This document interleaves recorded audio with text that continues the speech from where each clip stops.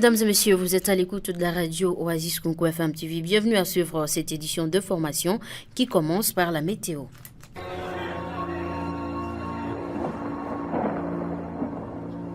Oasis, la météo. La prévision météorologique de ce mardi 8 octobre 2024 se présente de la manière suivante à Ville-de-Béni. La température maximale sera ressentie à 25 degrés et la minimale à 18 degrés Celsius. Le vent courra à 7 km par heure l'avant-midi et en direction ouest et à 10 km l'après-midi en direction sud-ouest. Ce jour, le ciel sera nuageux accompagné d'orages et d'averses. Lever du soleil 5h48 et son coucher 17h54. La météo prévoit un risque de pluie ce mardi en ville de Béni. Prenez donc vos précautions.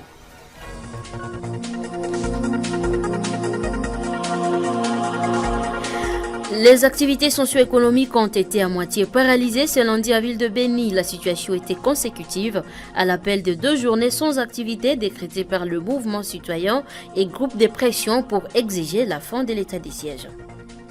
La police nationale congolaise Kassindi annonce avoir arrêté une bande de présumés auteurs de la criminalité observée en séjour dans cette entité située en territoire de Béni. Il s'agit d'une quarantaine de personnes, parmi lesquelles des mineurs. Et puis en éducation, les enseignants de Boutempo regroupés au sein du CIECO ont décidé ce lundi 7 octobre de durcir leur mouvement de grève. Cette décision a été prise au cours de l'Assemblée générale extraordinaire tenue ce lundi. Je suis Charmante Siahava. À la présentation, Roger Moutoukalo nous oriente dans les ondes. Bienvenue à suivre l'intégralité. Jeune, ton avenir est plein d'espoir. Mais une seconde de plaisir sexuel peut le gâcher à jamais. Sois sage. Je l'ai annoncé au sommaire, les activités socio-économiques ont été à moitié paralysées ce lundi 7 octobre 2024 à Ville de Béni. La situation était consécutive à l'appel de 2 journées sans activité décrété par Front pour Béni, une mutualisation de forces politiques, mouvement citoyen et groupe de pression. Sixte Kalumendo nous fait les constats.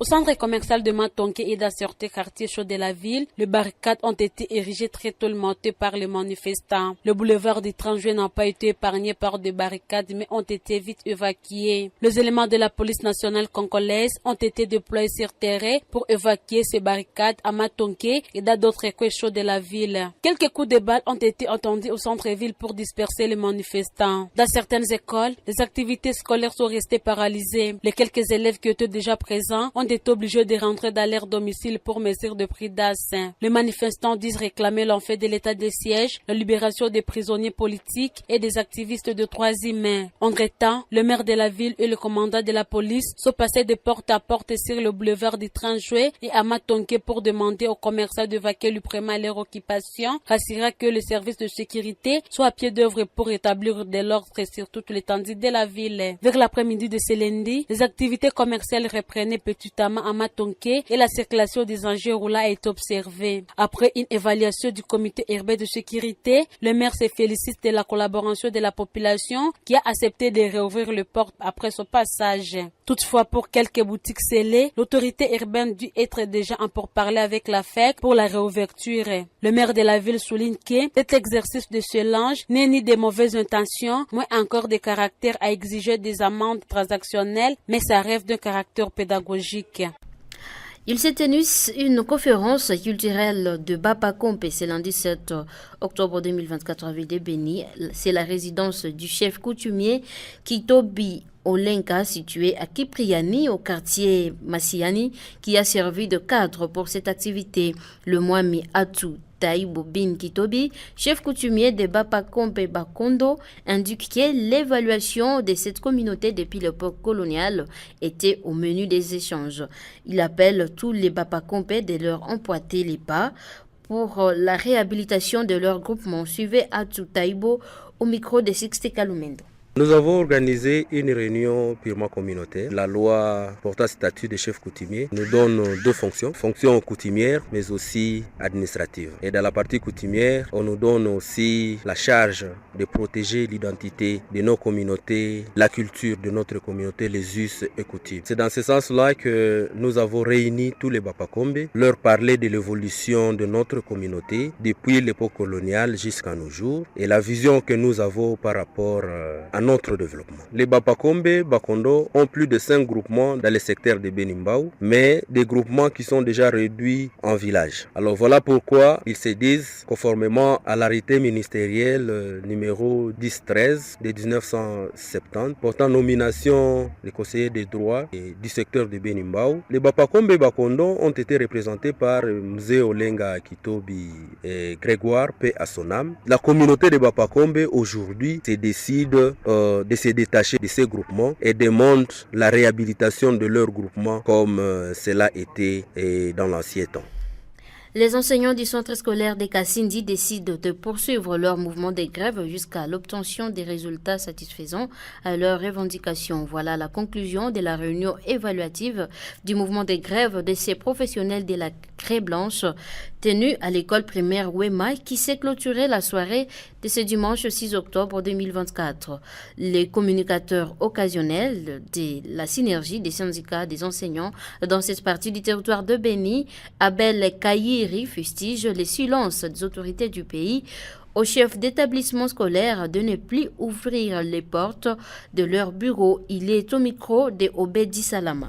À l'unanimité, après évaluation, nous avons trouvé que le gouvernement est devenu insensible. C'est comme quelqu'un qui travaille chez Dieu et il mange chez Satan. Raison pour laquelle, à l'unanimité, les enseignants décident de continuer avec quoi, chers camarades? La grève! Ils disent de continuer avec la grève parce qu'ils trouvent que, avant le virement du mois d'octobre, s'ils peuvent baisser les bras, ces insensibles qui nous gèrent vont risquer profiter, faire une profitologie de ce genre à passer que nous avons commencé. Ils ont dit, un sac vide ne peut jamais se tenir debout. Quiconque qui connaît qu'il a la capacité d'augmenter sur leur salaire, il a le droit de venir déclarer à la radio SIHO le demandant de retourner à l'école. Mais si vous sentez que vous êtes incapable de résoudre ces problèmes ici attendus du gouvernement, il vous demande de ne pas tomber dans l'erreur, de dire n'importe quoi, puisque demain, quand il y aura retour des demandes de résultats de ce que vous avez déclaré, vous allez risquer de devenir ridicule. Il demande aux autorités scolaires de rester calmes. Ils sont aussi concernés, même s'ils sont dans le pouvoir exécutif. Ils reviendront à l'école le jour où ils auront les résultats de tout ce qu'ils demandent. Ils demandent à tous les chefs d'établissement que personne n'ose ouvrir son bureau. Puisque le fait qu'ils soient en train de se permettre de venir ouvrir le bureau, ils sont maintenant les sources des intimidations. Au même moment, les enseignants de Boutempo regroupés au sein du CIECO ont décidé ce lundi 7 octobre d'endurcir leur mouvement de grève. Cette décision a été prise au cours de l'Assemblée générale extraordinaire tenue à Kitoulou. Parmi leurs revendications figure celle de l'augmentation des salaires à hauteur de $500 et celle de la prise en charge des nouvelles unités. On écoute Benito Kimati. Et nous félicitons le parent d'avoir pris l'initiative de venir vers les enseignants et de les écouter. Nous lui disons merci beaucoup parce qu'il est arrivé vers les enseignants.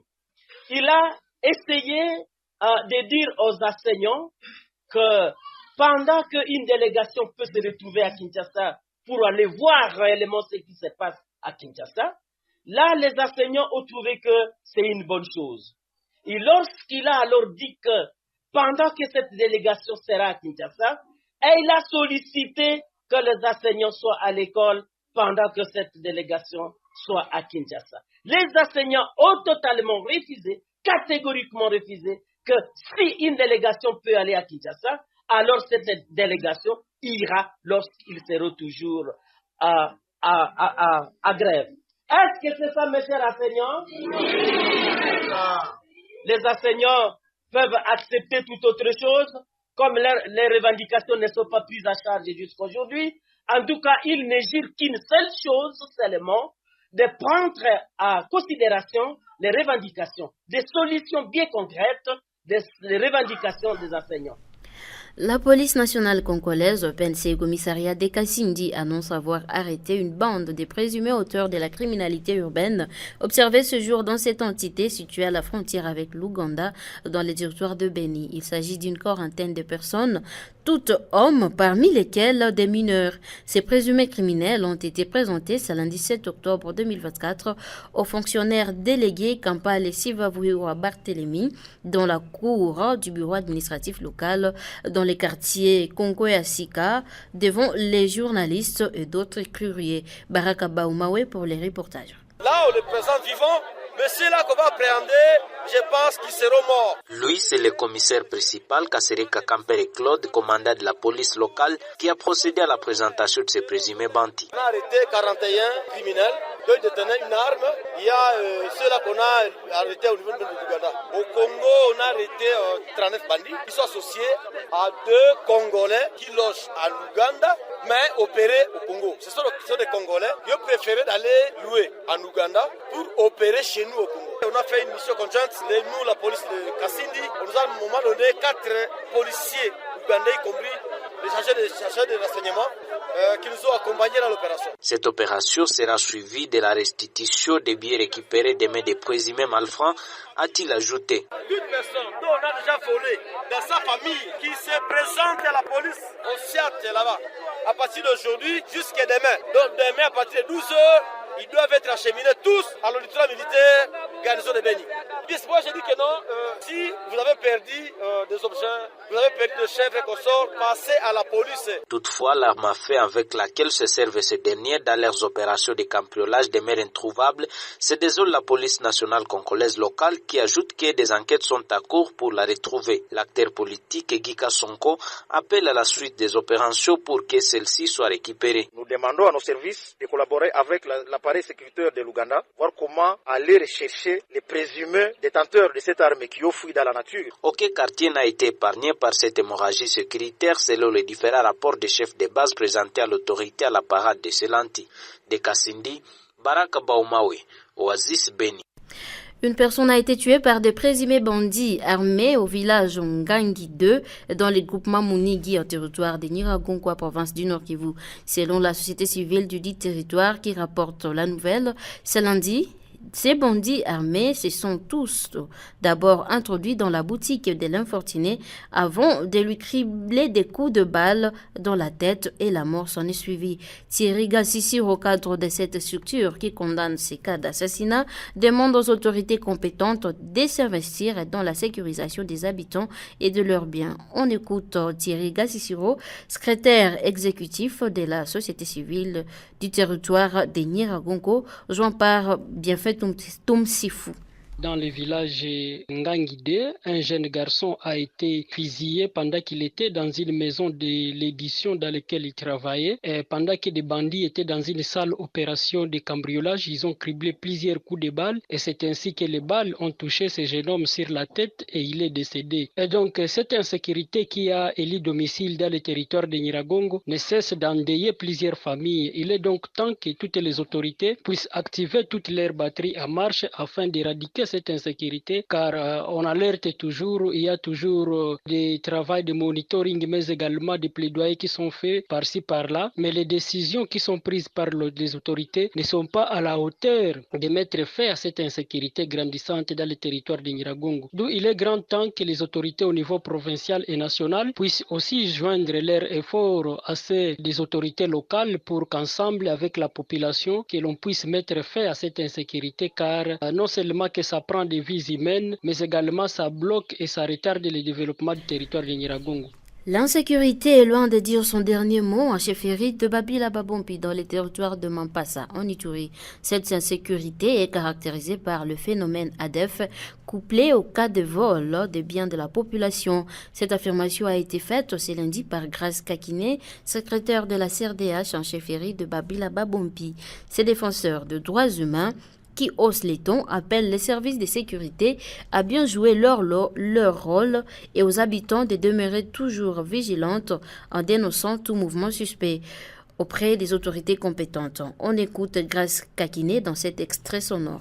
Actuellement, notre chefferie de Babila Babombi est doublement attaquée. Premièrement, nous sommes attaqués par le phénomène ADF. Deuxièmement, il y a l'apparition des criminels, des bandits du grand chemin qui volent les biens de la population en utilisant des armes blanches. Et à fait, avant-hier, ces mêmes criminels, ils ont voulu piller les usagers de la route nationale numéro 44 entre Makumbo et Ngwaba à Makumose. Chaque jour, il y a toujours des incursions de ces criminels qui volent surtout les cacao des paisibles populations à Biakato. Il y a toujours des mêmes cas de vols, des mêmes cas des incursions de ces criminels. La population quitte dans des recoins de la chefferie de Babila Babombi. Vous connaissez bien que le groupement Bango, le groupement Bakaïko est plus menacé par le phénomène ADF. La population quitte dans des recoins pour fuir les atrocités de ces ADF. En arrivant dans des villages, il y a ces criminels qui volent encore les cacao de ces paisibles populations. Nous appelons encore la population de dénoncer tout mouvement suspect, à la police aussi et notre armée de faire les patrouilles de combat, de faire aussi les patrouilles pour attraper ces voleurs.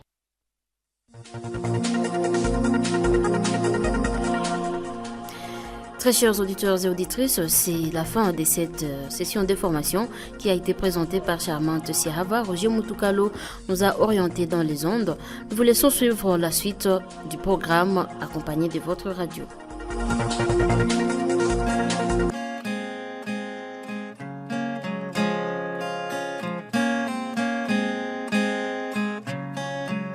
L'augmentation et ou l'ajout sur salaire des enseignants au royaume de là-bas, est-ce une promesse ou un slogan?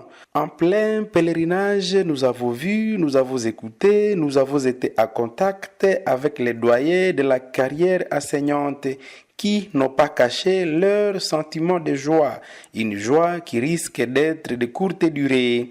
Il leur a été annoncé au deuxième trimestre qu'il était difficile de payer les nouveaux mécanisés et qu'il n'était pas non plus possible d'ajouter ni au salaire ni à la prime des enseignants assis comme debout. Oh non, voyez-vous, nous sommes dans les efforts xavériques, c'est dire que les gros des moyens de la nation sont affectés à la survie des Xavéries qui protègent les grands royaumes contre l'agression. Et que donc tous les amis de la craie blanche devraient patienter jusqu'au troisième trimestre. C'est là qu'ils verront leurs primes et salaires augmenter. C'est là que les nouvellements mécanisés seront pris en charge. Finalement, le troisième trimestre arriva. Le pèlerin ouvrant grandement ses grosses oreilles pour écouter ce qui se passe. Quelle surprise désagréable! L'agression évolue bien dans l'oriental du Grand Royaume. Quels sont donc les résultats des efforts annoncés au deuxième trimestre? En outre, l'augmentation n'est même pas au rendez-vous au troisième trimestre. Ceci au grand désarroi du corps enseignant. Cette fois-ci, c'est le silence. Aucune raison n'est avancée. Le pèlerin a tout de même suivi que ceux-là même qui sont dans la cour royale ont vu leur salaire considérablement augmenter, malgré les efforts xavériques qui tentent annoncés. Veut dire qu'au royaume de là-bas, ceux qui souffrent dans la question des efforts au soutien de la partie défenderesse sont du domaine éducationnel, mais les courtiers et protocoles de la cour royale nagent dans l'opulence. Heureusement que le peuple du royaume de là-bas est habitué à des promesses fallacieuses. Personne des enseignants n'aura ni crampe d'estomac ni hypotension.